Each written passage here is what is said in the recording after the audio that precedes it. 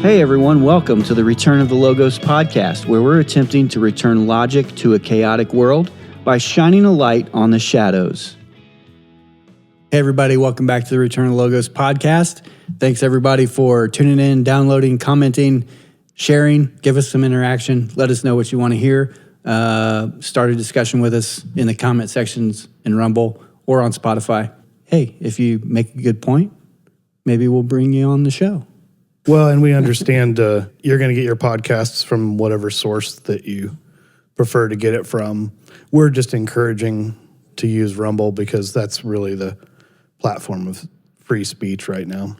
It is. I don't want it to turn into an echo chamber because it is a lot of conservative content. So especially if you have a counterpoint that you want to make, get the discussion going, please. Although it is quite refreshing to have a friendly place to go. One that's not quite so duplicitous and censorious as Google run apparatus. Yes. I'm kind of anxious to see where Rumble ends up.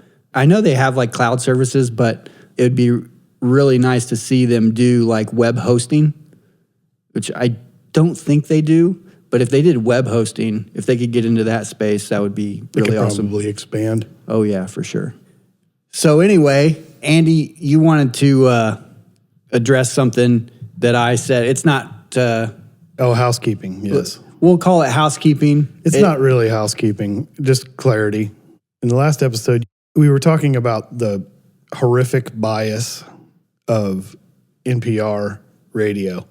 And I knew what you were trying to say, but one of your criticisms of NPR, that they're using anecdotal stories of a single person. Mm-hmm. And it's not that's not allowed. People do that on the left and on the right. I knew what you were getting at, but... Yeah, my point with that was you can kind of see the play that they're doing. It's like start your story with a tug on the heartstrings. That's right. To prep you for political slant on whatever story. Kind of stack the deck a little bit. And they do it on practically every story that they do. Yes. I mean, you see it on right-wing news as well. It's not quite as prominent. Yeah, so what you were talking about is the frequency of which they use that tactic. Right. And it's a heartstrings tactic. Mm-hmm. Yep. And there are stories of individuals that deserve attention. And we might actually talk about, one or two of those tonight. Yeah. So, having said that, of course, you guys are going to hear this a little bit after we record, just for posterity. And the day we're recording this is June 20th. There's been a lot that's happened in the last couple weeks. Yeah. A lot.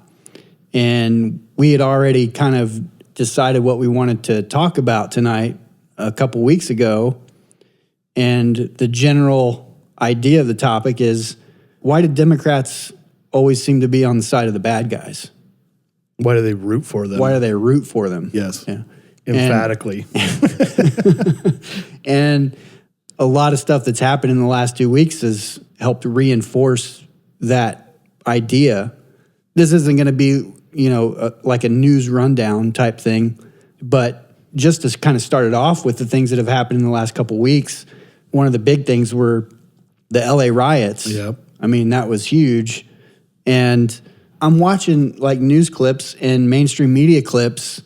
I'm hearing, Democrat politicians come out and make statements, and they're all sugarcoating it, much like the fiery but mostly peaceful 2020 George Floyd riots. Some of them aren't even close to sugarcoating it. They're flat out lying. Yeah. I mean, Maxine Waters said there is no violence. Yeah, she literally said there was no violence.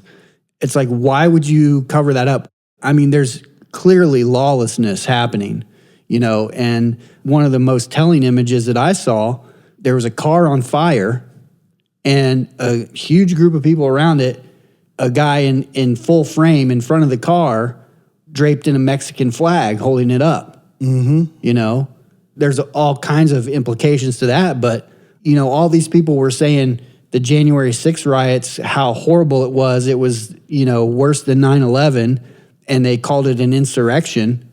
Look, I'm not defending anyone who was violent, right, at all, because I don't condone violence. Yes. But it was a small percentage of that crowd that was violent. A lot of people got arrested for that didn't even do anything. There are two sides of the building. There was a group on the complete other side of the building that was not rioting, and all those people got rounded up and arrested. Yeah. Without discretion. Right. There was no discretion. No discretion. Like everybody that was there, and they went on a nationwide manhunt for anybody that was in D.C. Yep. at that time. Yeah. They went as far as to track people using credit card companies. Mm-hmm. Basically banks, pressuring banks and credit card companies to divulge people's personal information. Mm-hmm. So if they went to an ATM in D.C. on or around that date. Yeah. They got a knock on the door, or sometimes their door kicked in. Yes. They're calling that an insurrection. Insurrection, an organized and usually violent act of revolt or rebellion against an established government or governing authority of a nation state or other political entity by a group of its citizens or subjects, also any act of engaging in such a revolt. So back to my point, a lot of these people that were out there rioting in LA were family members, basically first-generation citizens maybe, or second-generation citizens. Mm-hmm. Like they had parents or grandparents who are Mexican nationals or whatever, you know. But they're a citizen, and they're all yelling, California belongs to Mexico. They're waving Mexican flags while they set cars on fire. Isn't that an insurrection? In Los Angeles, holding a Mexican flag in the middle of a riot in front of a burning car. If this guy's a citizen, that seems like an insurrection to me. I get where you're going with that, and I don't disagree. I think the bigger point is you have violence. Mm-hmm. You have looting, and you have rioting.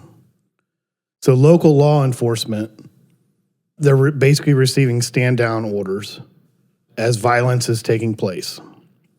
Violence and destruction of property. And the whole reason for it in the first place is anti-law enforcement. Sound familiar? Summer of Love? Mm-hmm. Right? Yeah, it's supposedly against ICE. Yes. Right. Yeah.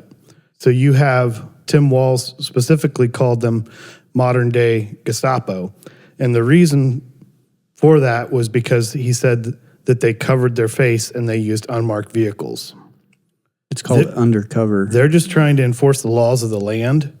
The reason why the ICE are covering their face and using unmarked vehicles is because the people that they're tracking down are criminals, often gang or cartel members, and they need some form of some form of protection. Yeah, because these people are no joke. Right. Cartels and South American gangs are not to be taken lightly. Mm-hmm. They are categorized as terrorists, and rightly so. Yeah. Right? Those are terrorist organizations. This whole, they're taking all of the people that pick strawberries and this whole, making innocent the perpetrators of crimes. Mm-hmm. This is the theme with the Democrats. Why are they always on the side of the bad guy? So ICE agents, they're trying to enforce the laws of the land. The local politicians are giving stand-down orders to the local law enforcement and not enforcing the laws of the land and letting riots and looting, burning and mayhem in the streets, and acting like the people that are doing that are the victims because ICE came to town to enforce the law. It's so backwards. It's so backwards. So for sitting governors to call them Gestapo and compare them with Nazis, rounding up innocent Jewish citizens. Mm-hmm. Here's the comparison. And this is how they do it. It's always a bait and switch. They try to get you on the emotional side of it. These are our communities. These people have families. These are fathers, mothers, and children. So they do this bait and switch, which is actually kind of ties into what we our correction of NPR, right? Yep. So they do this bait and switch where they set all that stuff up. And what they don't say is how many rapists, how many drug traffickers, fentanyl traffickers, how many human traffickers, how many violent murderers, how many child predators, all of these things that are real things that are really happening.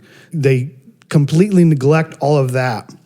If you're an illegal alien, first of all, you broke the law to come into this country, right? Mm-hmm. You are owed nothing, okay? They think that you are owed our citizens money. Yes. Okay? You get health care, you get... Everything's free. Public assistance. We will pay for everything, right? Mm-hmm. And it's no coincidence that these same people do not want voter ID. No coincidence at all. Okay? So I know I'm kind of all over the place right now, but I'm just trying to make the point that they care more about illegals than they do about the people that they were elected to represent. Yeah. Their constituents, their actual constituents. Yeah. Go back and watch any clip of a Democrat politician talking about the illegal immigration issue over the last 5 years. I mean, you can go further back than that, I'm sure. You can literally see what Andy's saying. For some reason, they're defending these people to the grave. Wait a second. There's 300 plus million citizens here. And you're a representative of a very large chunk of those people. And you're out here trying to defend other people before your own constituents. And you'll see that, you know, like I said, go back 5, 6, 7, 8 years. Any Democrat politician talking about immigration they're all saying the same thing. There is a big lie behind all of this, though. And I think that's kind of what I'm trying to get at, is to expose that lie. They will tell you, therefore, the rule of law. Here's the thing. If you want to change the laws, you can do it. If you think it's unfair, then when you were in power, why didn't you do that? Exactly. The reason you haven't done that while you were in power is because that's not really what you care about. And also because you want to get reelected, and it's not a popular sentiment. It's their own game plan that they're fighting for. They're not fighting for anybody but themselves. Yeah, and sorry to interrupt, but I think I do want to say something here, because I think this is important, because I don't want any of you listening to think that, you know, Andy and I are just, you know, talking partisan stuff, because I have a legitimate critique of Republicans in this same arena. Mm-hmm. They talk high and loud, shout it from the mountaintops that they want to get rid of abortion. Yet they never do anything about it until Trump actually made big gains in getting Roe versus Wade overturned. Well, why is that? Because they need a wedge issue when it comes election time to rally their supporters behind. No, I'm going to do everything I can to protect these unborn babies. And, you know, rightly so, most Republicans would be like, yep, I'm going to vote for you if you're going to do that. The problem is we all need to open our eyes and realize there's more going on behind the curtains. Politics is, I would say, 70% theater. They know what they're doing. They know how to get their base behind them. They're not going to get rid of a wedge issue because they know that they can run on that every time they need re-election. To your point of what you were saying. Yeah, and they created this issue. And now when an ICE agent shows up to enforce the laws that they disregarded on a national level and created the largest invasion of our country historically. I've heard that it was the largest human migration in recorded history. Yes. Okay. So they're responsible for that. They did that, and they did it on purpose. And they didn't care about enriching the cartels while they were doing it. They didn't care about increasing drug trafficking while they were doing it. They didn't care about the people that were dying and becoming indentured servants to the cartels when they were doing it. They didn't care about the humanitarian crisis on the border. They didn't care about any of that stuff when it was happening. So you save me the crocodile tears when the right is trying to fix a monumental problem that they created. And they're going to blue cities and blue states trying to enforce law. Look, I'm all for states' rights, but if the states aren't going to follow the law, so the border is not a state jurisdiction. That is a federal jurisdiction. And you can't have a country without borders. I know that's cliche, but you can't have a country without borders. It is not their right to say, we disregard the federal laws. Right. And to just kind of add on to that, so 2 examples. They created a mess, so then when Republicans come in and fix it, they can call the Republicans evil, right? That's hilarious to me. Right? Yeah. They win on both sides. Second, back to what you were saying about states' rights. Mm-hmm. How they talk out of both sides of their mouth, how they say one thing, do another. Back in Biden's term, when we were having the huge influx, Texas was like, no, we're not having it. And Greg Abbott made an attempt to take control of the Texas border. And then all the Democrats were arguing, you can't do that. They actually sued him. They sued him, yeah. They said, that's a federal issue. You can't do that. Yep. And now, when they send federal agents in to remove the illegals, they say, this is a sanctuary state. You can't send federal officials in here. Once you start to see this stuff, it's like, then it becomes clear to you. For me, this is one of the big overarching reasons of why I want to do this. I'm at a point where I can see this stuff. I want to bring other people in. Like I said, it's 70% theater. It's not real. They do what they do to sow division among the people so they can retain power because they'll have all these wedge issues. And it's just disgusting. And to piggyback off of your last point, so not only did they do that, when the riots begin, all the local politicians are like, we understand this whole heartstrings talking point that they put out. Meanwhile, there's pictures of fleets of police vehicles that are destroyed, to get to the point. They blame the riots on the fact that Trump called in the National Guard to protect federal buildings. Right. So they act like, well, that's what inflamed the riots. They act like that's what started it. It's like, no, it was already happening. You guys weren't handling it. And by the way, the National Guard that has come in, they're stationed at federal buildings. Yeah, they're not going out and arresting people. They're just protecting the federal buildings. Yeah. So all of these talking points that, it's martial law and they've got military marching the streets and all that stuff, that's all BS. Yeah. It's nonsense. Yeah. To blame the riots on that, how twisted can you get it? So you caused the problem in the first place. Well, back to what I just said. They caused the problem and then they pounce. Yeah. Democrats pounce, right, on Republicans for trying to fix the problem that they created. Yep. And they twist it and they distort it. And this is not just politicians. It's all of the media. They've got it all twisted. Yeah. Right? So people that are trying to enforce the law are the bad guys, right?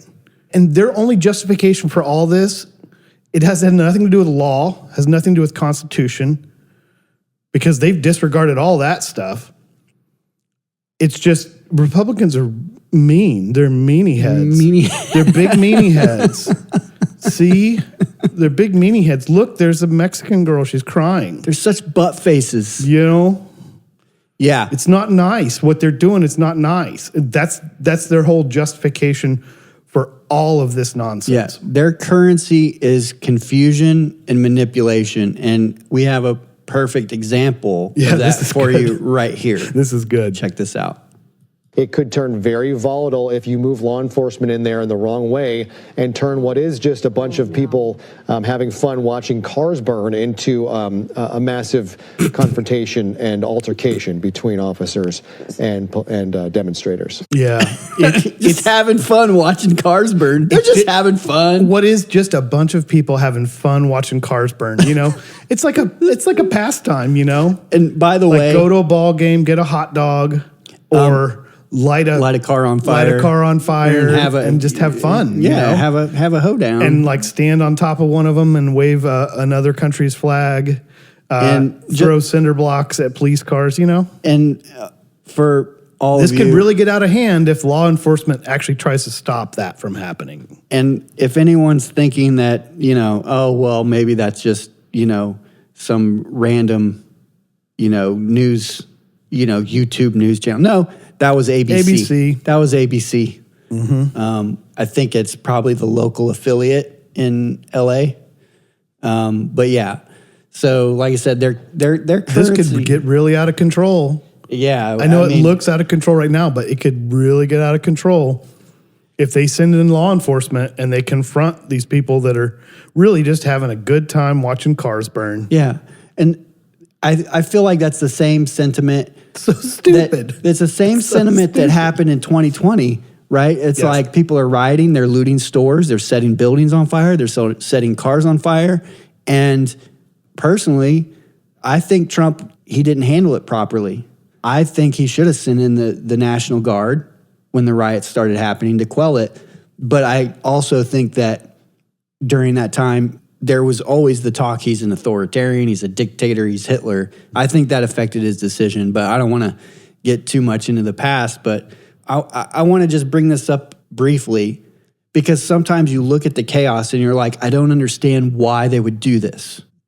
The reason for this whole immigration issue, it doesn't have anything to do about them being compassionate. It doesn't have anything to do with them needing to bring in low-skilled labor.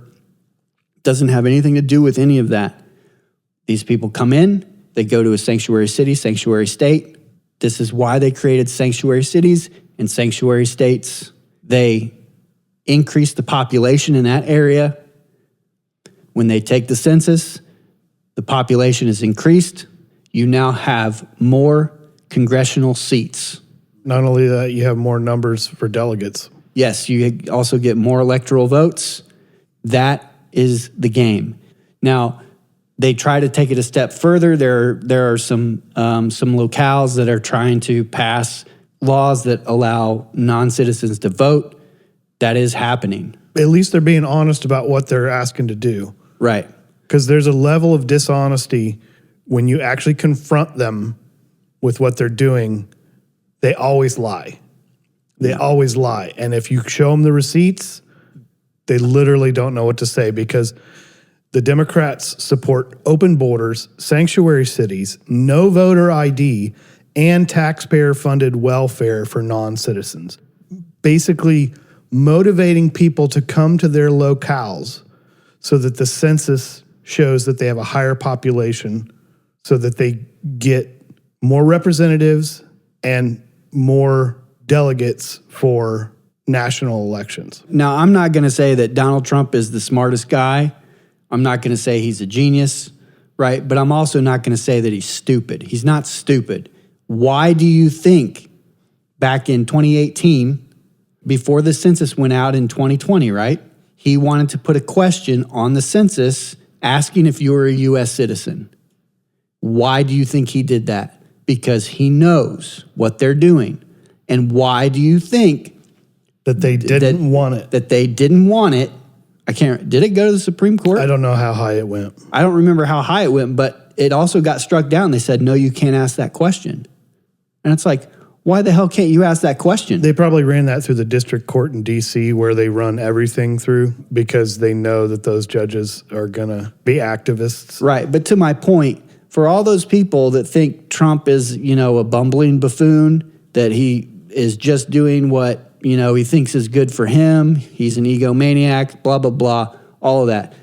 This is evidence that he understands what's going on. He knows what the deeper game is, and he's been trying to combat the deeper game. Yep.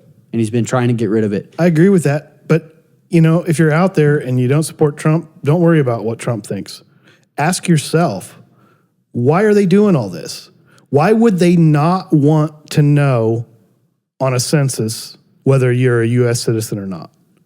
Exactly. Again, anytime it comes to honesty and integrity, they don't want the fucking answers. No. Why not? Ask yourself that question. Why wouldn't they want that? Why wouldn't they want you to be able to present voter ID? Why wouldn't they want to know who you are? Explain it to me. Yeah, I got to have an ID to get on an airplane. When I go to the doctor, You got to have an ID for practically anything now.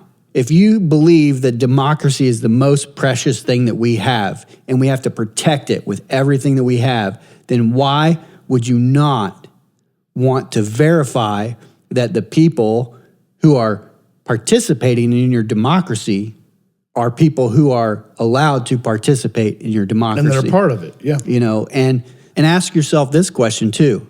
Say, you're a pasty white redhead living in America. You want to go to your land of your roots. You're probably Irish. So you go to Ireland. You make a trip to Ireland. And you're like, man, this is a really nice place. I'm going to stay here for the year and soak up Irish culture. I love it here. And it just so happens that year that you're in Ireland, they have elections. Do you think that you should be allowed to vote in their election? Ask yourself that question.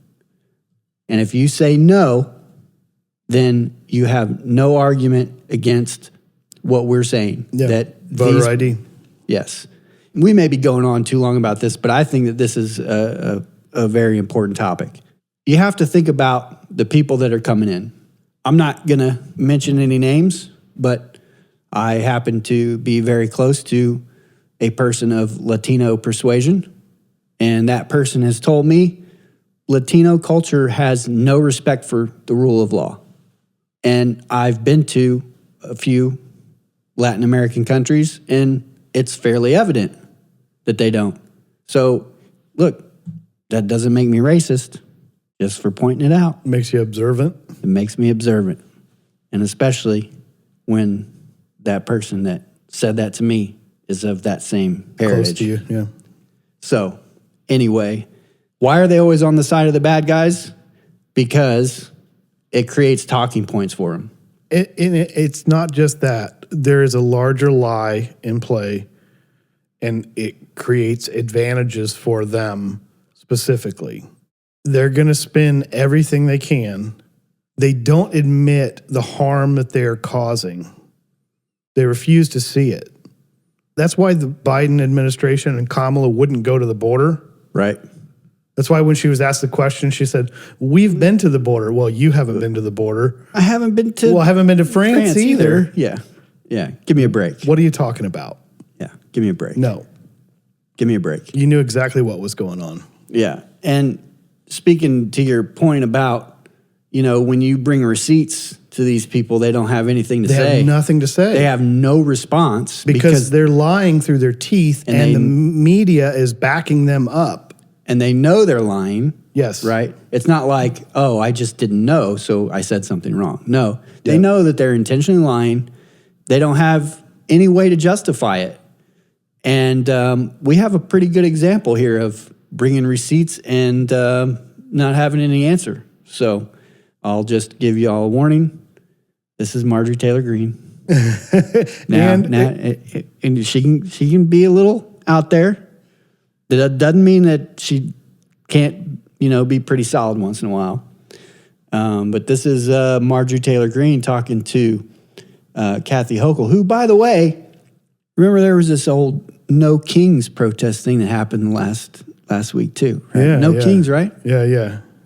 How did Kathy Hochul get into office?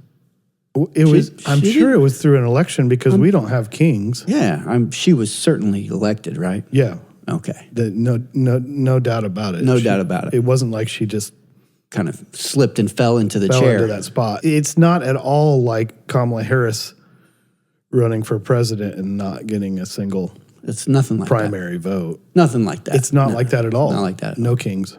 But no kings, no kings. This is a good one. Just stated, I'll reclaim my time. You said you're a proud Democrat. You supported Joe Biden for president. Clearly, you supported the Biden administration's policies. Did you swear, Governor Hochul, did you swear an oath to faithfully uphold New York's Constitution and laws? I certainly did. In 2017, New York became a sanctuary state when Governor Cuomo signed Executive Order 170.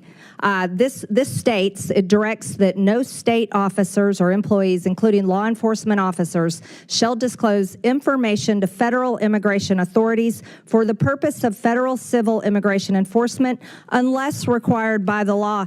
Do you support this law as governor of New York? Yes, this pertains to civil enforcement. So you do enforce sanctuary policies of New York? I supporting helping law enforcement and ICE when it comes to. Thank you. I reclaim my time. You support sanctuary policies that have led to the horrific murder of people, Americans. This Fox News got it wrong. It should say monster. Arrested in broad daylight rape of a 13-year-old in a New York park. This girl was raped at knife point in the park near New York Mets Stadium. That's your state, Governor Hochul. New York Post also got it wrong and called him a migrant. That's a monster. Busted in brutal beating of New York PD cops in Times Square are members of bloodthirsty Trinde Aragua gangs. That's your state where you support your sanctuary state laws. Also, Governor Hochul, do you recognize this image? Yes. Where a homeless woman was burned alive by an illegal alien monster, where you uphold the laws to protect these monsters in your state, and then you force the New York citizens that pay taxes to pay for these people. This is the result of your sick and disgusting treasonous laws that you uphold as governor. New York is not a I sanctuary didn't state for recognize you, criminals. Ms. Hochul. This is my time. Do you know the name Laken Riley? Do you know the name Laken Riley? Yes, I do. Oh, you do. Jose Ibarra murdered 22-year-old Laken Riley. He's an illegal alien monster from Venezuela, convicted of 10 charges. He was first arrested by the Biden administration that you stated that you support. Joe Biden for president, right? Proud Democrat, Governor Hochul. First arrested at the border and released by the Democrats that you support. Then, guess what? He made it to New York because the Biden administration flew illegals all over the country, and your state was one that accepted them. He lived at the Crown Plaza Hotel in Queens, an upscale hotel that was turned into an illegal alien shelter at the taxpayers' expense. $2 million a month went to this hotel. The second time he was arrested was in the state of New York for endangering a child. But he was released quickly before ICE could even issue a detainer, because you support those laws, Governor Hochul. Then he flew, get this is shocking. He flew from the state of New York to my home state in Georgia, and you all paid for it. Because, why? Because it was reticketing, and that was the little gift that you were giving my state by sending monsters there. Costs the state of New York $5 to $10 million a day to feed and house illegals. Are you smiling at me about this? I'm not. You look like you got quite a smile on your face. No. Because I can tell you, Gentlelady will not. this is my time, reclaiming my time. I'm thinking about attack the witness. Don't you dare Don't attack the smile witness. about the murder of I'm Laken thinking about Riley. her parents. The third Don't time, question how I look. Jose My heart Ibarra, is breaking for her my parents. time, Governor Hochul. The third time he was arrested was in the sanctuary city of Athens, another Democrat policy. And then he went on and attempted to rape Laken Riley and murdered her. He murdered her. Let me explain something to you. This little girl right here, she would be alive today if you weren't such a treasonous governor supporting sanctuary laws in the state of New York. This little girl would be alive today, and her mother very much would like for her to be alive. This is outrageous for anybody in this country to support for non-citizens to be able to come in our country, be able to travel wherever they want, and then make taxpayers pay to house them, feed them, and then give them a plane ticket after they had been arrested in their state. That's what you did. You are responsible for the murder of this little girl, Laken Riley. That was a pretty good smackdown. I would be tempted to run for Congress just so I could lay into people just like that. That would be the only reason I would want to do it. But again, yeah, there's no answers. And they did pan over to Kathy Hochul. Now, I'm not defending her, but maybe she looks like she's had some work done or some Botox injections. So maybe she can't control her face. Maybe she can't not smile. It just looks like it's perma-stuck. I don't know. But yeah, horrible, horrible people. There's been a lot of this going on here just over the past couple weeks. They're questioning governors and mayors from sanctuary cities. If you're not into the Marjorie Taylor Greene flair, we got some hardcore logic and beat down from Jim Jordan that we can show you. He's one of my favorites. I wish he could have gotten through as speaker. That would have been epic. I don't think he wanted it. I don't think he wanted it either. But anyway, yeah, let's listen to Jim Jordan. Thank you, Mr. Chairman. Governor Hochul, third paragraph, second sentence in your written testimony, you said New York State cooperates with U.S. Immigration Customs Enforcement in criminal cases. Governor, who's Jesus Romero Hernandez? Thank you. I want to reaffirm that we do cooperate in cases where... That wasn't the question. I just read your statement. I can read your statement. Who is Jesus Romero Hernandez? I don't have the details on every single person in a state of 20 million people. I understand, but this guy's a citizen of Mexico, deported 7 times, came to your state, assaulted one of your residents with a machete, choked a police officer, then when he was in custody, assaulted a corrections officer. ICE finds out this guy is in your state's custody, and they send you a detainer. You're familiar with a detainer, right? Yes, I am. Notice of action, immigration detainer to Tompkins County Jail from Syracuse Immigrations and Customs Enforcement. Section 1, they check a couple boxes. The first one they check is a final order of removal against the alien has taken place. That means a court has said this guy needs to go. This machete-wielding, cop-choking, corrections officer assaulting guy needs to go. Then they also check another box and they say biometric confirmation of who this individual is, this alien's identity. So they got the right guy, and a court has said he needs to go. Any idea what Tompkins County Jail decided to do with that detainer order? I will tell you this, the state of... It's a specific question. Well, what did Tompkins County do? The descriptions you have put forth are absolutely chilling and disturbing and reprehensible to all of us. My job is to protect the people of New York. The question. What did Tompkins County do? What I have responsibility for, I will tell you, since you're not going to answer. Courts, we cannot police. And will not hold Mr. Hernandez. Yeah. We can't keep the machete guy who had choked a police officer and assaulted a corrections officer. We can't keep him. In fact, we have the back and forth from Tompkins County and ICE on January 28th of this year, 8:56 p.m. Tompkins County tells ICE, we're not going to hold this guy. 7 minutes later, ICE responds back, we will be there to take custody this evening. 24 minutes later, Thompson County reiterates, we're not going to have him. We're not going to turn him over. 10:45. ICE arrives at the jail. 1 hour and 18 minutes later, and guess what? Mr. Hernandez is not there.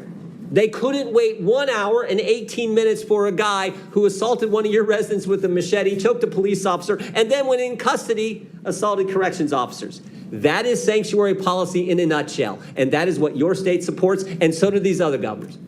Okay, so point made. Yeah, we're kind of picking on Hochul and New York, but this is across the board, and none of them have any answer because none of them really care. They care more about non-citizens if they think it helps them politically than they do about the actual citizens, the actual taxpayers that they were elected to represent. They do not care about you. I would adjust that phrase a little bit. I would say they don't care about you. They don't really care about the illegals, but the illegals are a means to an end for them, because that end is what they care about. Is their own power. Is their own power. Yep. That's it. That's all they want. They revel in it. They're sociopaths. They smile when they do it. They don't give a shit about who gets hurt. To them, you're a number. And that's it. So, F these people. Yeah, and then they get in front of people that call them out. Here's where you said this. Here's when you did this. They just deny and deflect. If you're so proud of what it is that you're doing, and you think that you are on the right side of history, and you think that what you're doing is virtuous, because that's how they talk. Mm-hmm. Well, then just say it like it is.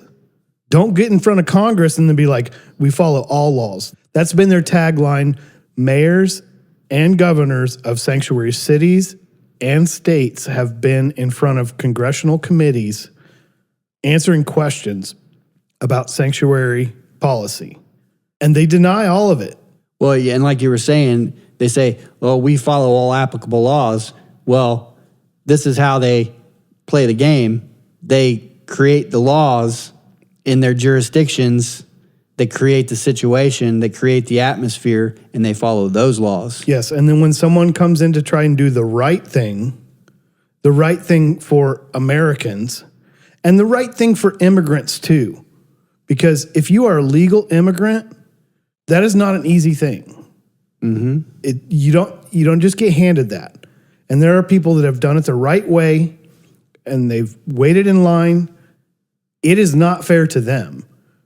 Yeah. Most legal immigrants, I don't believe, support They don't. open borders because they're like, well, that's not fair. They don't. Like, I did everything the right way, and now I'm proud to be part of this grand experiment that is America, right? Yeah. And you're right. I know legal immigrants. They're not happy about it. And I can speak to the immigration process. It is difficult. It's a lot. There's a lot that they have to go through. So how would you feel if you did everything the right way, you went through this process, and unfortunately it costs money, but I can tell you it's cheaper than what these people are paying the coyotes and the cartels to come across. Right. It is. I can tell you that as a fact. It's cheaper than that. How would you feel if you went through all that, paid that money, spent that time, did all your due diligence, and there's a lot of due diligence, and then some cabron just walks across the border and gets free hotel, free food, free cell phone. Free everything. Free everything, free flights. How would you feel? How would you feel? Without paying into the system either. Right. That you've been paying into while you've been going through this whole process that That's you've right. been paying into. That's right. Yeah. So yeah, they're not happy about it. They try to make you think it's compassion. It's not compassion. No. Where's their compassion for the American citizens that are being brutalized by people that shouldn't be here? I don't care if it's anecdotal. I don't care what the numbers are. One is too many. Okay? Mm-hmm. And it's a lot more than one, especially when you bring in fentanyl. Mm-hmm. It is not fair to the American citizens. It's not fair to the people that have done it the right way. And what's worse is they want to steal your money and use it to fund their weird pet project, the whole diversity is our strength or whatever. Mm-hmm. We're a nation of immigrants. All these bullshit talking points. They don't believe any of that crap. They don't. No, they don't believe any of it. They know what they're importing. And because it has the potential to bring them power and to keep them in power, they don't care. That's why they are against anyone that's trying to fix the problem. Mm-hmm. I don't even remember what you said that triggered this in my head, but there was this news article. I'm looking through trying to find it because I don't want to be inaccurate, but I can't remember if it's the title of the article or like the lead of the article. Either a mysterious drop or a mysterious lack of fentanyl seizures at the border. It's a fucking mystery to them. It's a total mystery. It's a total mystery. We don't understand. How did this happen? I don't know what you said that triggered that in my brain, but I feel like I say this too much. They're either stupid or they're sociopaths. It's one of the two. Yes. And they're betting on you being one of those as well. The sociopaths are betting on you being stupid. The stupid people, they don't even care because they don't know. They're just like genuinely stupid. So they just follow like sheep. They just follow like sheep. Yep. Right? And the sociopaths are like, their evil Emperor Palpatine smile. Right? good. I can feel the hate. Well, we spent a good amount of time on that. I didn't really expect us to spend that much time on that, but that's a fruitful topic. It's pretty obvious what's going on, and it's pretty obvious that the Dems are on the wrong side of this, and it's intentional. And their only excuse for being opposed to people trying to fix the problem is Republicans are mean.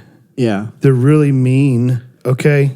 I guess you can tell that to all the people that have coexist bumper stickers. Yeah, right. And if that works for you, fine. We're trying to stop them from being mean to you because they're being mean to us. Yep. Right. So quick recap. Democrats support open borders, causes a problem. They support sanctuary cities, causes a problem. Neither of those things are good for naturalized citizens. They support no voter ID. That causes a problem as well when you stack that on top of open border and sanctuary cities. Then they want to take your money at gunpoint. The Libertarian just came out, but I agree. At gunpoint. It's always by threat. Mm-hmm. They take your money from you by threat. What happens if you don't pay your taxes? Well, why don't you tell me how much I owe? No, you figure it out. Yeah, Just guess. you. Oh, no, We don't have time for that. Yeah, you reported this wrong. We're coming to arrest you. Yeah. Wait, what? You told me to figure it out. You told me to figure it out. But That's you why I already thought knew? that's what it was. But you That's already what it knew? was. Why didn't you tell me? Because we want to arrest you. Yeah. Yeah, so it's just this terrible freaking thing. They do all this. They make you go through all this. You're trying to support your family. You're trying to survive and exist in a difficult economic time, to say the least, with inflation and everything being what it is. And they're going to steal your money from you, and they're going to use it to fund welfare for non-citizens. Well, and they use it Does for more that than sound like someone that's got your best interest in mind? Well, and they use it to fund even more than that. This is a perfect tie-in to a current situation. I mean, you've been under a rock if you don't know about the whole Israel-Iran thing. And the tie-in to that was What they're doing with your money? what they're doing with your money, right? We know back in 2016, there was the whole pallets of cash fiasco that the media didn't want to talk about. Yep. Barack Obama literally sent pallets of cash to the tune of over $1 billion to Iran, all at the same time while negotiating a crap nuclear deal with them that basically allows them to take steps to enrich uranium to get A nuclear weapon within 10 years, within 10 years was what the opposition to Obama said at that time. Yeah. This was 2016. Guess what year it is? 2025. Oh, coming up on 10 years. Yeah. Oh, that's weird. Weird. So weird. Plus, he sent them $1.7 billion in literally pallets of cash. Yeah, literal pallets of cash. That's not being hyperbolic. Yep. And then we had the Biden administration Yep. send them how much money? Also lifting sanctions, returning money or unfreezing funds that Trump had frozen. So that was $10 billion That was $10 billion that he unfroze. So that Trump froze and then Biden unfroze. So put $10 billion back in their the pockets. $10 billion, plus he had a hostage negotiation, which I believe American policy is we don't negotiate with terrorists.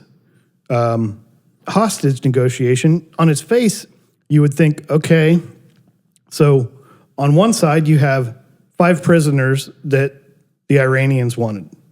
On the other side, you had 5 American hostages Yes. that we wanted. Yep. So you'd think 5 for 5, that's a good trade? I would say so. Yeah. No.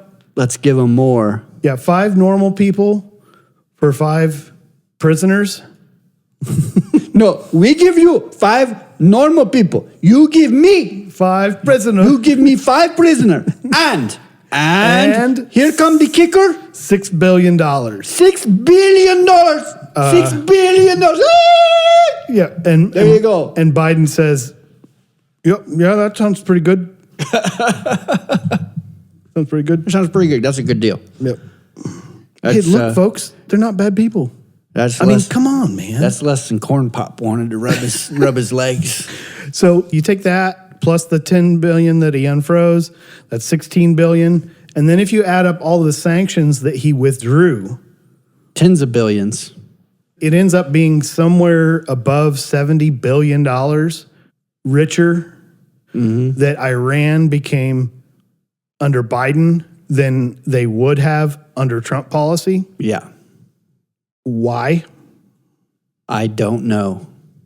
Why is that? Why is that? That goes to the question. Why are you guys always on the side of the bad guys? Here's the other thing too. You know, we kind of ended our last episode with the question, who the hell was running shit?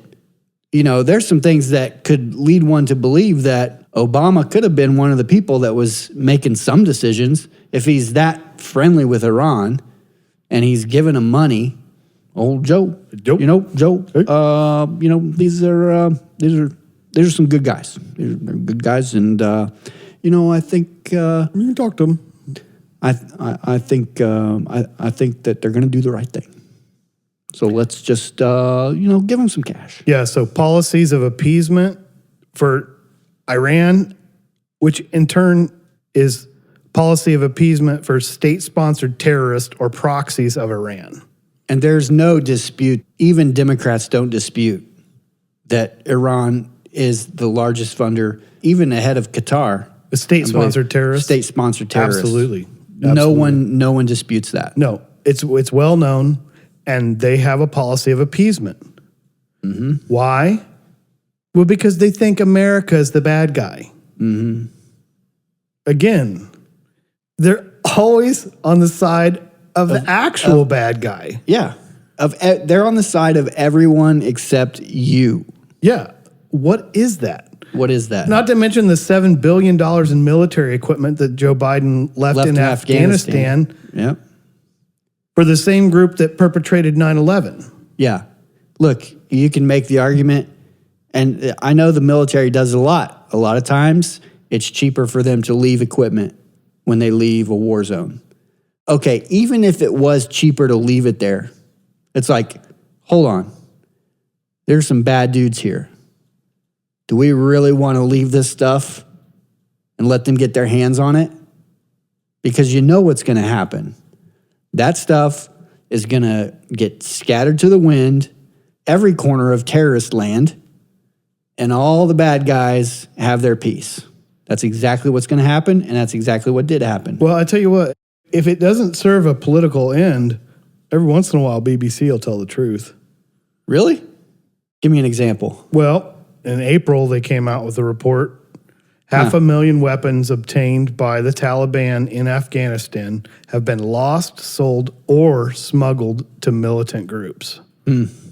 So, I don't know. It's $7 billion in military equipment that we left with the Taliban, a terrorist group that perpetrated 9/11.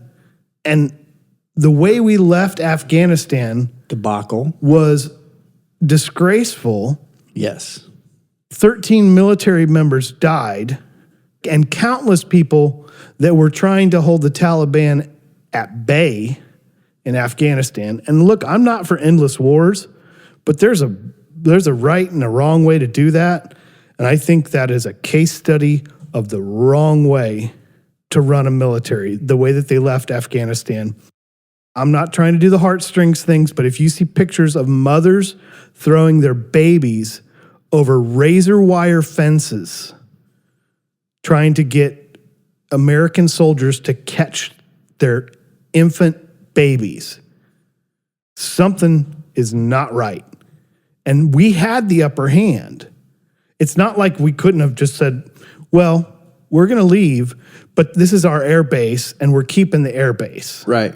Right? Yeah, don't close down your military air base and then evacuate through a civilian airport. Yes, which is a extremely strategic air base as well that he gave up. Yeah.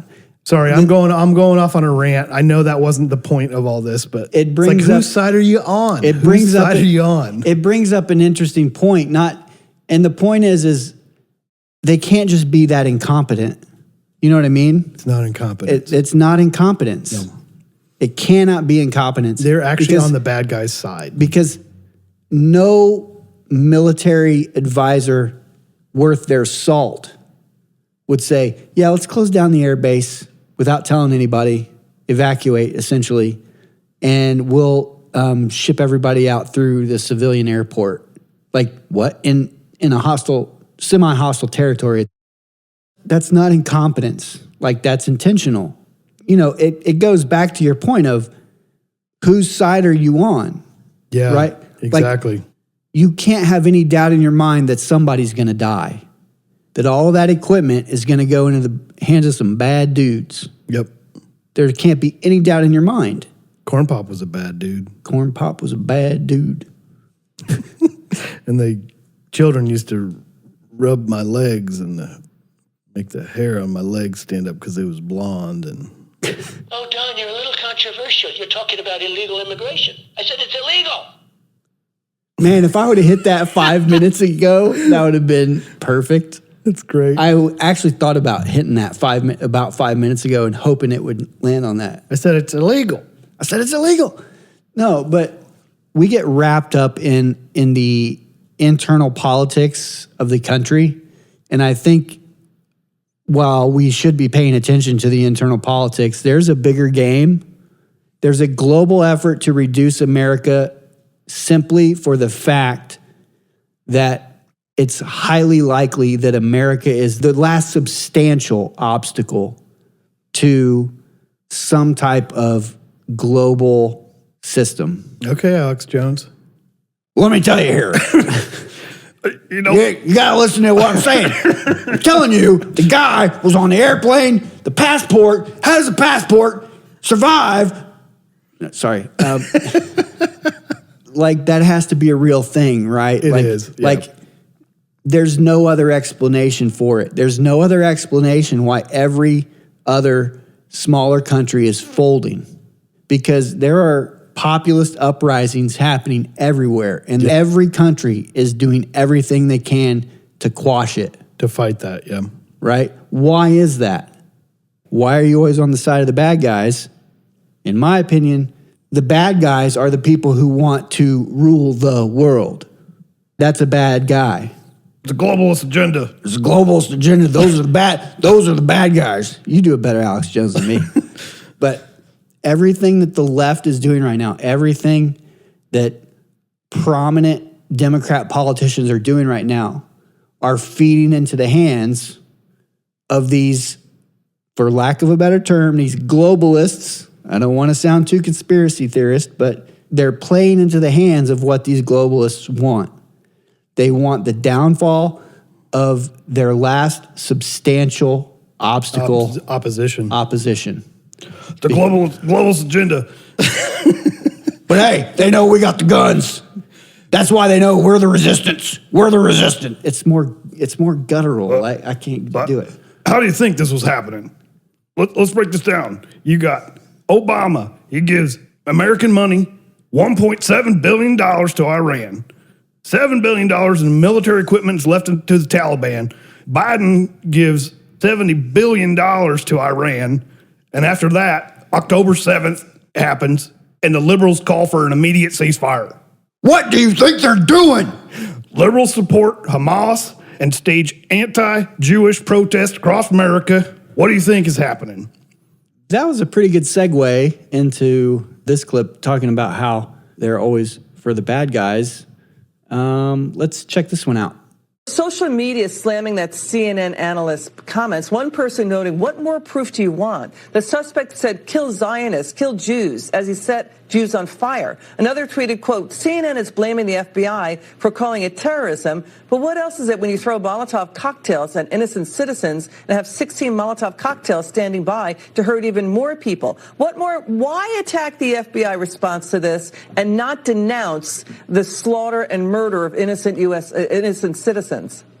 You don't have to be Sherlock Holmes to know that when a terrorist says free Palestine and sets a bunch of Jews on fire, including an 88-year-old Holocaust survivor, you don't have to be a Sherlock Holmes to know that's terrorism. But this is part of the larger malaise, Liz. This is part of the fact that the left is coddling extremism, and the media is mostly turning a blind eye to what's going on. This should be a wake-up call in the West. That was a clip concerning the Boulder, Colorado terrorist attack. Who was here illegally, by the way. Visa overstay. Oh, no way. No way. They just picked the strawberries for us. Yeah. Yeah, so that was the Boulder, Colorado terrorist. Literally had Molotov cocktails and was throwing them at Jews while chanting things that we've heard on every Ivy League college campus over the past year. Yeah. Yeah. Basically ever since October 7th. Right. And because Kash Patel basically said that they're investigating this as a terrorist attack, and then the entire left, all the big Democrat names came out attacking Kash Patel for labeling it as a terrorist act. Well, what the hell else do you call it? Instead of just denouncing the guy that literally lit Jews on fire, he had a Molotov cocktail that he used to set them on fire. Reports say that he had 16 more. Yeah. And his intention was to hurt more people. Yeah. It's too hard for them to just come out and say, this was a horrible act. I mean, it's on video, so there's no question that he did it. There's no question it was him, right? Yep. And instead of coming out and saying, we condemn this violence, there's no room in this country for hate, there's no room in this country for anti-Semitism, they could have just made that statement. No, right? But instead what they decided to do was attack Kash, the Republican administration, right, for calling it a terrorist. This is not an isolated incident. They're always on the side of the bad guy. When a trans person kills children at a Christian school, they refuse to release the manifesto. They refuse to release the manifesto. Why do they refuse to release the manifesto? Because they know it's going to say stuff that will be very damning, because it's going to espouse a lot of the same talking points that they do. That's right. Without a doubt. I think they did finally actually release that not too long ago. I haven't looked at it, but I remember just reading blurbs about it saying that it was chock full of anti-Christian sentiment. Yeah, and I don't think it was released. I think it was leaked. Oh, was it? Yeah, I think it was like Project Veritas type leak. Yeah, yeah. It's hard for me to wrap my mind around because, and I think probably for you, I mean, this is the reason why we're doing what we're doing, right? We're just interested in truth. That's it, right? We're interested in truth. The powers that be don't want you to have the truth. They don't want you to have the truth because they don't want you to be able to make up your own mind. Because once you can make up your own mind, you're going to see that they're full of shit. They are taking us down a road that they want us to go down, not a road that we choose to go down. That's why they are not interested in the truth. A perfect example of what we're talking about is just recently there was an assassination of 2 Democrats. In Minnesota. Yeah, in Minnesota, and the facts have not come out yet. There are conflicting things. They stated that the suspect was in custody and they found a list of possible targets. They also found no Kings flyers in the back of his vehicle. Yeah, all the information is real sketchy. My point is this. I have no vested interest in him not being on the right or not being on the left. I have no vested interest at all. I don't care if he's on the right or he's on the left. He's in the wrong. It's unacceptable. Yep. I'm not going to try to justify anything because someone is on team red or blue. Yeah, I don't care who he is. If he's killing people, he's in the wrong. He's in the wrong. He's in the wrong. And the simple fact that people are playing politics with something like this is just stupid. And on X, like I said, I follow some lefties just to kind of see what they're saying. I don't know if you've heard of Kyle Kalinske. He's fairly well known online, and he made a post. He's a left-wing troll. He's a left-wing troll. And he made this post. He said, this right-wing terrorist, in all caps, and then he's got a bullet list. Murdered Minnesota Democrats, is a registered Republican, supported Trump, is a fundamentalist Christian, is an anti-abortion extremist, had a big list of all Democrats to kill. He says Mike Lee is a demented, vile, lying cretin. He should be censured, because I think this was in response to something that Mike Lee said. And I commented on it. I said, because Mike Lee, I think it says the post is no longer available from Mike Lee.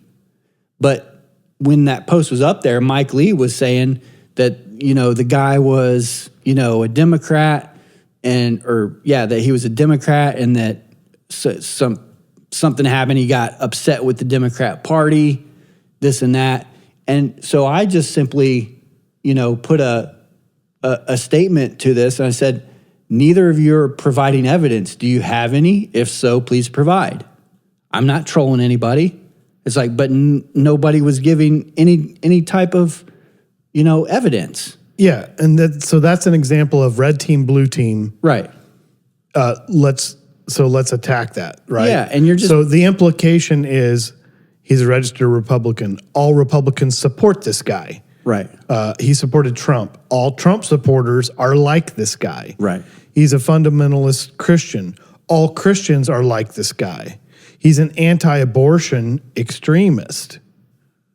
Anybody that's against abortion is like this guy. So that's the implication, okay? Right. And here's the point.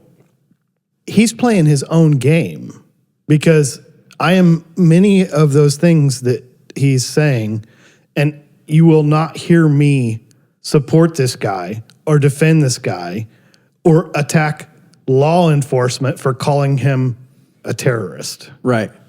Exactly. I mean, he assassinated people. This guy is not like me. He doesn't think like me. I'm not going to defend him. But on the other side, they think it's all red team, blue team. Mm-hmm. And that's why they find themselves for the bad guy more often than not. I've made this point before. It's that because of the mentality, just the internal wiring of people who tend to be liberal, they're more susceptible to emotion. They're more susceptible to suggestion. They're not as independent-minded. They're more prone to fall victim to the cult of personality, like Obama. Find me a Democrat who criticizes Obama. I've never found one. And so they can't imagine that the people on the other side aren't the same way. Exactly. You know what I mean? He's playing his own game. Right. Yeah. Right. That's what I'm saying. This dude's playing his own game, and he thinks he's winning, but it's like, dude, you're seeing the world through your own lens, and that's not how normal people think. So like, I don't have to defend everybody that's a Christian. No. That's because there is diversity of thought outside of the left. Yeah. But they can't remove themselves from that. They have to defend anybody that's on the left. They have to try to find a way to defend them, because there is no diversity of thought. And they realize when their manifestos get released, when their talking points come out, they're going to be the exact same thing that everyone on the left is saying. Yep. That's exactly it. They are the bad guy that's on their side. Yep. Yeah. That may be the answer. Yeah. Maybe we skip to the punchline. I think we may. Maybe we just ended the episode, because that's why they're always on the side of the bad guy. Yeah. Because they are the bad guy. And they're always on their own side. It's a cult. It's so culty. I pulled up our X page just to talk about that one, but there's a couple other posts to show kind of how culty they are. This guy, Brian Krasenstein, reposted this clip of this guy on MSNBC. Oh, it's Lawrence O'Donnell.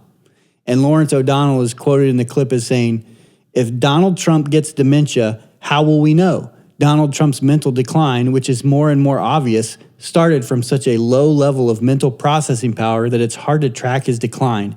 It's from low to lower. And Brian Krasenstein says, incredible point. So, I mean, naturally, I had to put a comment. Why do you think that the media is so on top of Trump's mental decline, but we're totally unaware of Biden's? This is not a good talking point for you. Yeah. This is how culty they are. They're playing their own game, and then they're trying to play it against other people. We're not even playing the same game. Mm-hmm. Like, we live in the land of reality. You live in the land of fantasy. Mm-hmm. And it's crazy that, like, they made this big deal about QAnon, and now they're Blueanon. I still don't even know what QAnon is. I don't really know either. Except for the guy with horns. He's a shaman. It had, I think...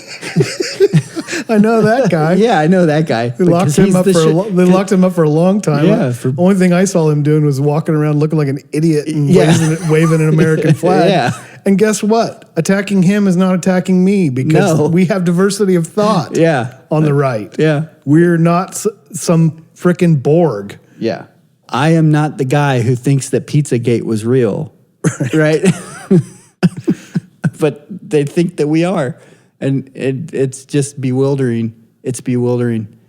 I don't know. I feel like I'm scrolling through X too much because I kind of get sucked into and I have to get snarky with people because I see how retarded they are.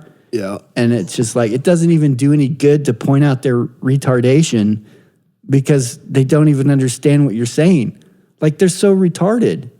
It's a death scroll. And I think I've only posted one thing on our X account. I give you credit for maintaining presence here. And the one thing I posted, I guess it's relevant. Pacers are playing Game 7 this Sunday. And I personally do not like one of the DEI hire announcers that they've had for the NBA Finals, ABC and ESPN, have a lady named Doris Burke. The lady with the deep voice? Yeah, and she just always is blowing anybody from OKC. So there was some guy from the Boston Globe that basically said, if you have a problem with her... You're racist? No. You're sexist? Yes. Oh, okay. That's one of the two. Then you have internalized misogyny. That's the only possibility. Other than the fact that I just don't like her style or that I think she's incompetent or... Or that she's a terrible announcer. She detracts from the game. She doesn't add to the game. Yeah. And by the way, I dislike most announcers. Most, yeah. Mm-hmm. It is a rare announcer that adds to the game that is complimentary and not detracting. Like John Madden. You know, it's the GOAT. I guess. He was the GOAT. Sure. He was the GOAT. And boom, you got this guy, he's coming over here, and then the guy go over there, and then boom. We got to talk about when it's Thanksgiving, you got to go with the turducken. And what a turducken is, you take a chicken, you stuff it in a duck, and you stuff the duck into the turkey, and then you fry it, and that's a turducken. Well, obviously, we're not Frank Caliendo, so... No. So I definitely don't have that skill set, but I was like, look, some DEI simp wielding unfounded accusations of misogyny isn't going to change the fact that she's not a good statistical analyst and she's not a good color commentator and she detracts from the game. Nothing she says adds value. It's not the fact that she's a woman announcing for men's sports. No. It's because they can't admit that anyone is better at something than anyone else, because then you have to admit that there is such a thing as competence. And if you have to admit that there's something called competence, half of them are going to be out of a job. Well, and also, how do you explain the differences between people? You can't. It's all environment. If you put two people in two different environments, it's so incongruent. Yeah. Sorry, I don't know why I got off on that rant, but... No, well, we were just talking about how retarded they are. And, you know, somebody posted a thing of Trump giving a speech saying, Trump says we have planes that are undetectable flying around. Nobody's able to see them. Stealth. And then some retard reposts it and says, I feel like it's a lady, by the way. I feel like we don't talk enough about the fact that the sitting president of the United States thinks that stealth planes are literally invisible to the naked eye. Really? You think that's what he's saying? He said undetectable. And then, of course, I had to reply. I feel like we don't talk enough about the fact that you can't understand what he's saying. You understand what radar is, right? Silence. Yeah. Silence. Yeah. But anyway, we kind of went off on a little bit of a tangent there. But, I think you're right, though. I think we kind of like made it to the punchline of the episode. It's like they are on the side of the bad guys because it is them. If you surround yourself in a cult where we all believe the same thing, then we are one, you are me, we are you. You have to defend them in whatever they say and whatever they do. Because it's the Borg. Because it's the Borg. So it is all of that, but I'll take it one step further. It is also because they don't believe their actual talking points. You're not Santa. You sit on a throne of lies. You smell like beef and cheese.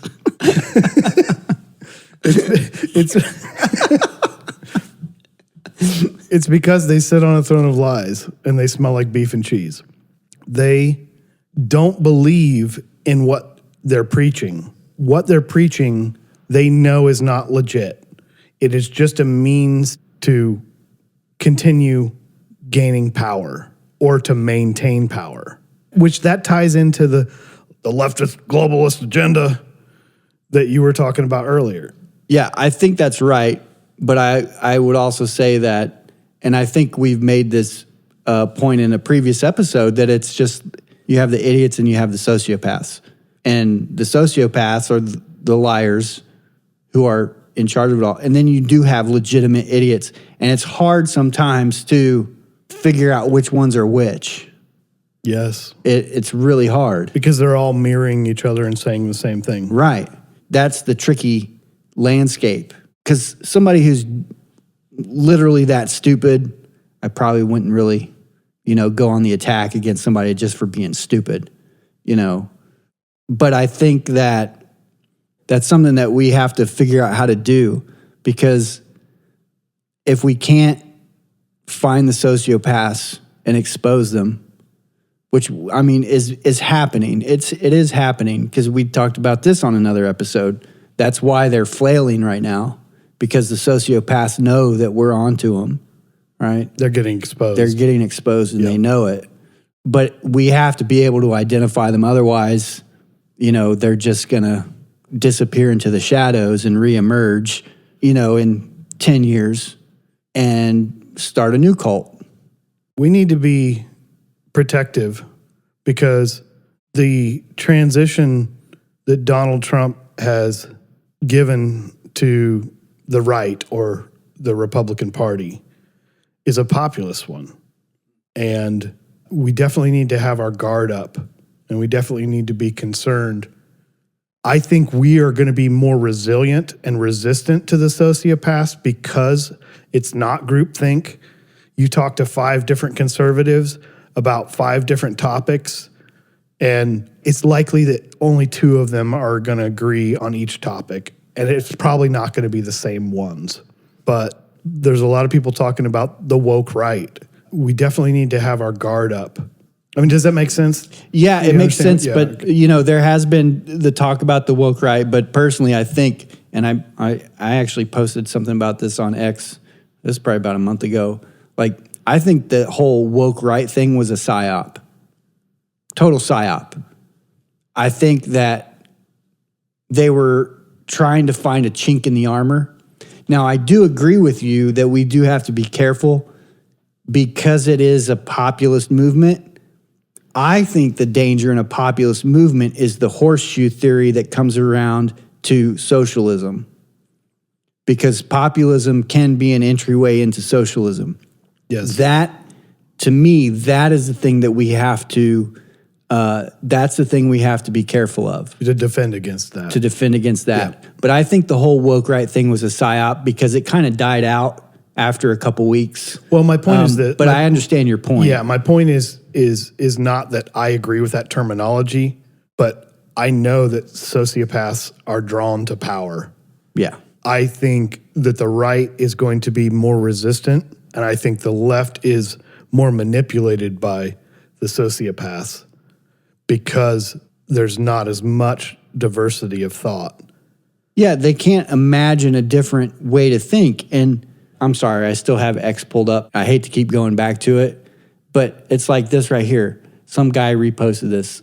If you are angry or think that it's unfair for a trans girl to beat a cis girl in a sporting event, then fundamentally, you don't think trans girls are real girls. It's that simple. And my simple reply was yes, and? Because your point? Yeah, what's your point? Yeah. That is correct. Yes. And you think that's a gotcha, right? He posted that like he thinks like he owns somebody. No. It's like, no, you didn't own anybody. It's because he's playing his own game. Yeah. He thinks that his rules are the rules Right. to life, and that's not the case. Yeah. So let me just do a quick recap, and I'm going to throw a couple other things in here. Yep. Cool? Yeah. Why are the Democrats always for the bad guy? Let's talk about what the Democrats support, defend, and which side they're on. So Democrats are for Antifa. They actually fund them. Yes. They are for BLM and the BLM riots, the Summer of Love, 2020. How many billions of dollars of damage were done to? I forget the number, but it was ridiculously high. Most of them private business owners. Yep. In the black community. Yep. Yeah. So how about black finances matter too? Yeah. And then the fact that you have the president weighing in on Derek Chauvin before the trial ends, when they denied him a change of venue as if there was any possibility of him having a fair trial. That's what they support. They support defunding the police, blue city prosecutors making perps out to be victims instead of actually protecting the real victims as some sort of bizarre form of reparations. Men and women's spaces, they defend that. For a bunch of feminists, I think they got that wrong. Mm-hmm. The people on the left that promote the idea that pedophiles are actually a sexual orientation, like you're born that way, you can't help it, normalizing it. Policies of appeasement for state-sponsored terrorists and the states that sponsor them. Iran proxies, I mean, that's current, that's what's going on right now. Mm-hmm. This is all a result of Obama and Biden funneling money, $7 billion in military equipment to the Taliban. Obama gave $1.7 billion in cash, sent it to Iran. Biden sent them money, changed policy, which enriched Iran to the tune of $71 billion. And then after October 7th happened, the liberals call for an immediate ceasefire. Not to mention the fact that when that attack happened, a ceasefire was in place. And all of Ivy League campuses across the country, you have Hamas supporters protesting against Israel after it. That's heartbreaking if you see what Hamas did to those Israeli families, to those Jewish families. I mean, I don't know if you guys saw the guy trying to behead someone with a shovel that wasn't sharp enough to behead him. Yep, I saw that. And he just kept chopping at his head and saying, Allahu Akbar. Yeah. Why are they always on the side of the extremist Muslims? Why do the liberals support Hamas and stage anti-Jewish protests across America, including on Ivy League campuses? And the administration of those campuses do nothing about it. They actually support it. Democrats support open border, sanctuary cities, no voter ID, and taxpayer-funded welfare for non-citizens. And we just had No Kings last week, a well-funded by NGOs. Wonder how many of those NGOs got money from USAID, Isaiah? A bunch of them. Yeah. And taxpayer-funded protests across the entire nation. And if they're truly for no kings, they should have made their way to the Alex Soros Uma Abedin, whatever. You know who I'm talking about. She was the Hillary Clinton's close advisor. Oh, you mean Anthony Weiner's wife? Yes. She just married. Or was it Carlos Danger? I get confused sometimes. She just married George Soros's grandson. Good gracious. And you should see this guy. Not a good looking dude. He's a looker. And she's not, I mean, she's not a bad looking lady. She's passable. She could do better. I'm just going to say that. She could do better. Well, let me just make this point. Sorry, I derailed you. No, this is good. This is good. I like what you're going there. Sorry to interrupt you if you had more to say, please. I like talking about Carlos Danger. No, that's it's been a long time since that name was conjured up. Oh, no, wait. I got something else that they're in favor for. What if we made it worse, but made it look the same? Yeah. Then could our pools be bigger? Free Luigi! They're in favor of that. You want to expand on that a little bit? Because maybe someone's listening to this 3 years from now. This was Bill Burr, comedian, famous, very wealthy. And he was speaking towards a gentleman named Luigi Mangione, who maybe about 4 months ago walked up and point blank range murdered the CEO of United Healthcare. In the back. Like a coward. Yeah. And the justification for it was because of poor health care and that insurance companies in general are a disservice to people. They take advantage of people. They take your money and deny you coverage. Look, I have plenty of complaints against the health insurance industry. I think it's a crock of shit, but I'm not going to go out and do what that guy did. No, the model's not sustainable, but that has nothing to do with what he did. Right. And Bill Burr, who used to be funny, who is now himself a wealthy man, and I actually saw a comparison. Bill Burr's net worth is about the same as the CEO of United Healthcare. Yep. So that tells you where Bill Burr's head is at. He's scared. The millionaires and billionaires all fight with each other for some sort of weird virtue signaling about how it's wrong to be successful and wealthy. Yeah. Bill, you know it. They're going to come for you if you don't do it. Well, and it's not just Bill Burr. There was an outpouring from the left. Oh, yeah. Glorifying this guy's. Yeah, that's why, yes, Bill Burr was not unique in this sentiment. Yeah. And that's kind of why I played it. It's just he was someone well enough known that it should grab your attention. But yes, there was an outpouring of quote unquote sympathy for Luigi Mangione. Yes. Not for Brian Thompson, the CEO of United Healthcare. Yes, and there were a bunch of people saying that, oh, well, why are young women attracted to him? And he's a handsome man and he's a principled person and all this glorification, right? You can have principles but no morals. Go check out one of our previous episode, Morals versus Principles. Yes, thank you. Thank you. That's a good callback. Okay, insurance companies are bad, okay, so we're just going to go ahead. We're going to go ahead and shoot them all. That doesn't mean that you get to go shoot people right in the back. Again, this is another example of lawlessness that the Democrats and the leftists support. Now, they won't do it to your face, and they're very shifty when you put them in front of Congress.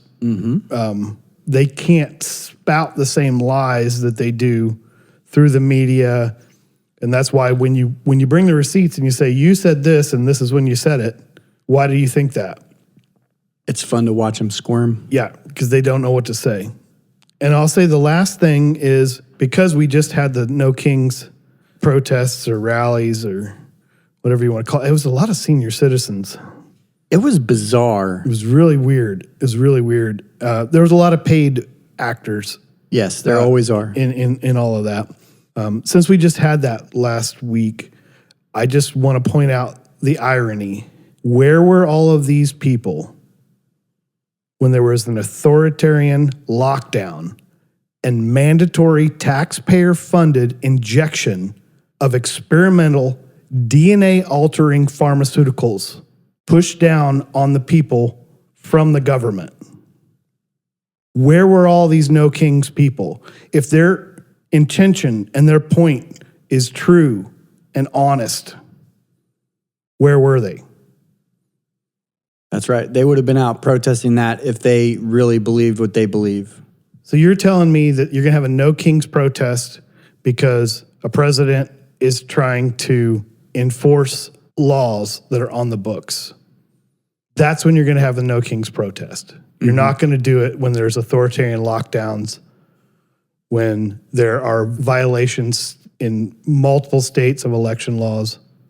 You're not going to do that when your nominee for president didn't get a single primary vote. You're not going to have that protest when the Clinton machine essentially kicks Bernie Sanders out of the race, not by the will of the people, but by verdict from on high. There's no consistency. No. And so when you surround yourself with lies, when you follow lies, the lies only expand. And so, yeah, how could you be in that position and not be for the bad guy? You guys have dug yourself a big hole. And I call on anybody with any integrity on the left to stand up and dig yourself out of it. Stop acting like a Borg. If that's not what you think, you say it. We're beyond the point of you saying that you're afraid to speak out or you'll lose your job or this or that. These people are now in the minority. If not now, then when? Right. These people are now in the minority. There's a high likelihood that you standing up and saying no to it, you will come out unscathed. You might lose a couple friends, but how good of friends are they if they stop talking to you because of a political difference? Well, if your friends don't value your own self-respect, then they're not friends. Right. And that should let you know. If you want to go through life having nothing but acquaintances and nobody really cares about each other, for me, that's no way to live, and I don't suggest it for anybody else. Yeah. The hive that you're in, there's no benefit to it. There's none. Clearly, they're not out for your best interest. Call them out. Take it back. Give us a reasonable opposition. I'm conservative, but I don't hate you. You have a different train of thought than I do, but you need to take your party back and give us a reasonable opposition. Give us a reasonable counterbalance. If there are things that are happening on the Republican side or on the right side, then give us a reasonable counterbalance. Don't give us trannies on the White House lawn, pedophiles for all children, taxpayer-funded abortion on demand, and Hamas supporters on every college campus. Stop. Yes, let's go back to liberal conservative debate about tax code. Please. Yes. Let's go back to that. Fiscal policy. I would love for that to be like the big dividing factor between. For once, I would like to debate Keynesian economics versus modern monetary theory versus Friedman versus Yes, but you guys are so fucking crazy and so always god awful wrong that I can't even have a reasonable conversation with you, and you probably wouldn't even know what I was talking about. Yes. Because you're in a different reality. You know, small government versus big government, states' rights versus federal rights. We don't even talk about that stuff anymore. Yeah. I would love to talk to you about your ideas on Social Security and welfare. You know, let's hash that out. You know, don't talk to me about cutting little boys' nuts off is healthcare. Yes. Right? I'm sorry. That whole topic has just gotten boring because there's zero logic to it. I'm just like, anybody that wants to talk about that with me, I'm like, you're retarded. History is going to show that out too. Yes. So just stop. Stop forever being wrong. Stop forever fighting for the bad guy. And, turn your franchise around if you want it. Do not let them take you down with them.